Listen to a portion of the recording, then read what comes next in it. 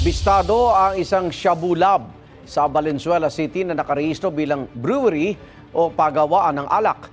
Ayon sa Philippine Drug Enforcement Agency, PIDEA, wala silang nadat ng tao sa Shabu Lab.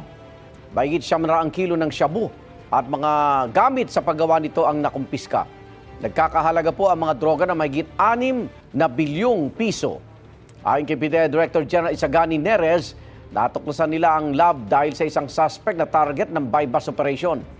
Nagkasundo raw kasi sila ng suspect na magkita malapit doon. Tila kinutuman daw ang suspect ng mga taga-PIDEA ang katransaksyon nila at biglang tumakbo papasok sa lab. Nasa kustodiya ng PIDEA ang suspect na maharap sa kaukulang reklamo. Hindi na siya nakuna ng pahayag. Tinutugis pa ang iba pang sangkot sa paggawaan ng shabu. Sabi ni Valenzuela Mayor Wes Gatchalian, hinigpitan na nila ang requirement sa pagpapaupa ng mga pabrika at bodega para hindi itong magagamit sa iligal na gawain. Kaya ginawa namin yung ordinance wherein after 3 days of signing the lease contract, bibigyan ng kopya dapat ang barangay.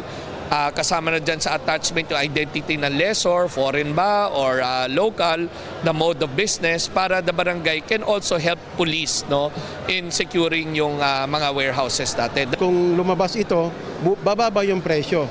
Kaya buti na lang nakuha natin ito. May supply pero walang bumibili dahil alam na ng mga tao yung ill effects ng droga.